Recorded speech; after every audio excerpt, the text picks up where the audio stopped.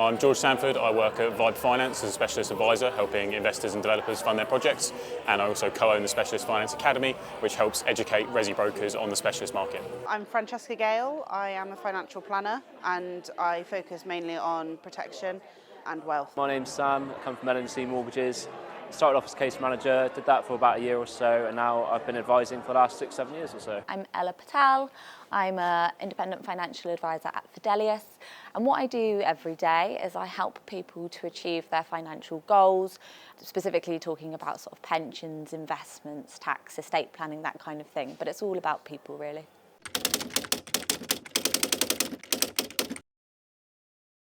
I bet you've had this answer all day. I fell into it, same as everyone. So family friend, looking to take on a new challenge. Yeah, just jumped kind of in, had no experience before, just see what happened, and 5 years later, here I am. Probably fell into it. I started as a part-time job as a property management company. I quite like the idea of property. And then a job came up at L&C, and one of my friends who worked there said, there's a full-time job as an administrator coming up, so why didn't you apply for it?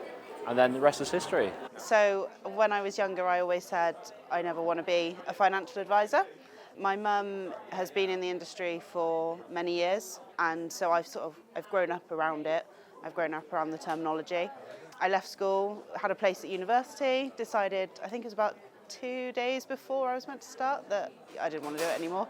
Pulled out, went into hospitality, ended up in a job that, I hated. Everyone was horrible. And the opportunity to become an admin within a firm arose, and I took it and did my exams. It's a bit of a funny question for me because I've never really struggled with confidence. I grew up in a family where I was at lots of events all the time, big Indian family, and was always really encouraged to speak to adults when I was younger.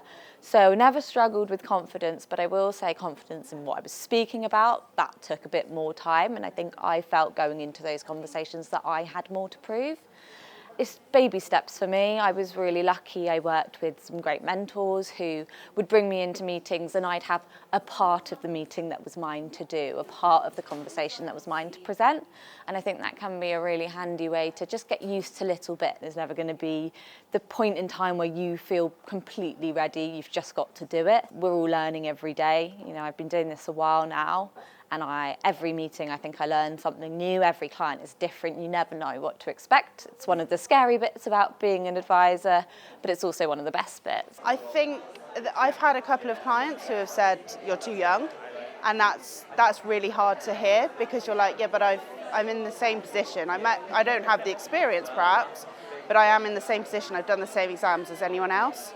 But no, whether I've been very lucky with clients, but I think it's just, if you have the confidence to go and talk about something, then people listen, and as long as you build up the rapport with a client, they're happy to take your advice. And once they've taken your advice once, they'll come back to you. As long as it was a good job, they will just come back. I use it to my advantage in a couple of ways. As I said, I did find it difficult at first. I felt like I had more to prove, particularly where clients I'm working with as a financial advisor, typically the people with money are a bit older. Yeah. I think learning to accept that you do know what you're talking about, and just having those conversations with people, trusting in your own knowledge, but also the way that I see it is I'm not scared to ask the questions that maybe some of my colleagues would be. I'm not scared of looking silly and asking questions if I don't understand things. And that for me has been like a massive benefit. Because rather than muddling along, pretending I know what I'm doing, I'm happy to ask the question. So when you come in, you've almost got this kind of fake it till you make it mentality of, well, I need to speak to this person and make them believe that I know what I'm talking about. But there's definitely an element of being honest with them, right? If they're asking you a question, I want to be able to do this. Well, okay, actually, let me take that away. I'm not sure, I don't want to give you an incorrect answer right now. Let me take it away, check it with someone, and I can come back to you. So I think there's that honesty piece, and then obviously as you mature in the role, you can start to answer those questions kind of off the cuff. You kind of been there, seen it, done it before. I remember my first call on the fact find. Every time the client gave an answer, I was like, oh, that's perfect. And then he was like, can you stop saying everything's perfect because it's not? And I was like, whoa.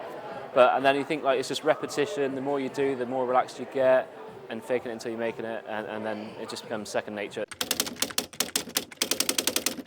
I think you have to be sympathetic towards people. You have to know that this is their livelihood that you're dealing with, and you are changing someone's life. You are potentially making someone's dream come true. You are giving them the house that they wanted. You are giving them the opportunity to eventually not be tied into rental or anything like that. I think the more you do it, you do become a bit desensitized to it, the less difficult it becomes. Some people focus on loan size. You see so many zeros at the end and you start panicking, it's so much money. I think kind of try and shift that pressure from the loan size to actually helping that client in the best way possible. So 50 grand, 5 million, doesn't matter. I think that client still deserves the same kind of attention and focus. So I think as long as you're doing the best job by them, and that goes back to the processes you have behind the scenes, kind of all the way through to completion, then I think if you're confident in those processes, you're going to be confident that the journey they have is going to be a successful one. The joy on people's faces when you get it right, that's what motivates you, that's what keeps you going when things are hard and when you don't want to do it anymore. It's that one client that comes to you and says, you know that pension we set up? Well, I've just started drawing on it and I've been able to retire early. And you go, that's why I'm doing the job.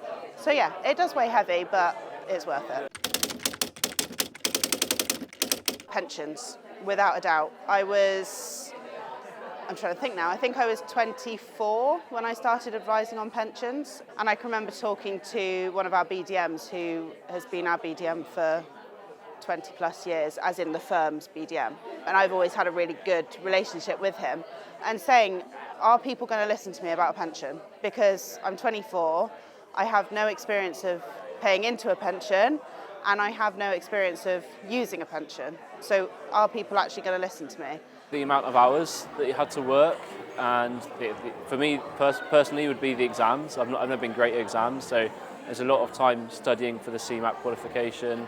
But I think once you're in the job, because I had such a hunger for it, I was excited to work the hours. So it didn't feel like a steep learning curve, but it felt like there was a lot more than what I thought there was going to be, but I was very happy to do that because I was excited to be in this industry and grab it by the horns. I think the breadth of products and kind of criteria out there, again, especially in that specialist world, there are so many kind of flexible solutions, creative solutions, kind of just trying to wrap your head around actually what even is possible at the start can feel a bit daunting. So I think it's important to have kind of important people to look up to and to learn from in that regard that can help kind of guide you on that and help you there. Leaning on kind of more senior colleagues, so colleagues that have been there, done that, been doing it for 10, 15, 20 years. They've obviously got that experience, know what's out there, but also leaning on connections not within my own company, not within Vibe. My guidance to them would be do your exams. They're boring, you've got to get them under your belt, but the faster you do them, the faster you know what you're talking about, which helps with that confidence piece as well, and also having the credentials does definitely help in those meetings. I know for me, I have that I'm chartered and a fellow everywhere, plaster absolutely everywhere, so that when I'm going into the meetings, the people I'm talking to know I know what I'm talking about before. I think for most people, the journey into financial advice is very much administrator, paraplanner, and then advisor. And as someone that's done that journey, all of those steps were really important for me. So having a really good technical knowledge to build on and then going out and speaking to people, again, means you're much more confident when you're out there, and knowing the processes as well means that you're much more helpful to your team. I suppose a few things really. One, we don't control the market, we are merely the messengers. And I think probably more importantly than that is that I would say that everyone is our priority, but there's only one person actioning X amount of cases. Yeah. It's not like we can have multiple Sams working next to me doing it, helping everyone's case. I think a lot of the clients, they can be sometimes a bit impatient, and it's just about setting boundaries and knowing that it will be done today, but not this minute. I think we're human. There is no way that we can know absolutely everything about anything. We will always do our best for the client, and we will always take our clients' goals into account when recommending anything. But I think don't listen to the stigma that's out there. You know, people talk a lot about negative experiences, and I think that's the case in any industry. But we are, at the end of the day, there to help our clients in whatever way that might be and however that might be for the client. So I think give us a chance. I want them to perceive us as problem solvers for them.